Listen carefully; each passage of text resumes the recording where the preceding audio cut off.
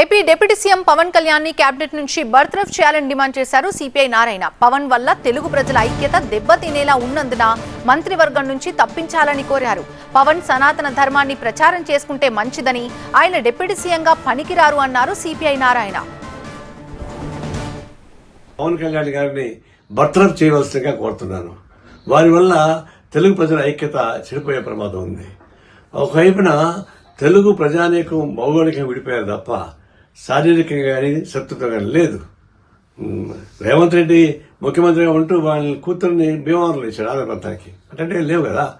ఆయన గతంలో Che Guevara dress వేసుకుని తిరిగాడు, విప్లవాది అనుకున్నాడు, మంచిది. ఆడేసి మారాడు. మరి ఇప్పుడు సావర్కర్ శిష్యుగా మారాడు. సనాతన ధర్మం పూజిస్తూ ఉన్నాడు. పూజించుకునేయండి. ఇప్పుడు ఆయన సనాతన ధర్మంలో మునిగిపోయాడు కాబట్టి ఆ భాష వస్తూ ఉంది.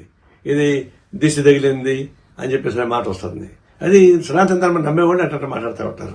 అంటే ఆయన స్వేచ్ఛగా తిరగమని చెప్పండి, సనాతన ధర్మాన్ని పూజాల్సిన తిరగమని చెప్పండి, గుళ్ళు తిరగమని చెప్పండి, హాయిగా ఉంటుంది, ఆయనకు మంచిది. అదే కానీ రాజకీయ నాయకుడు కానీ తగడు.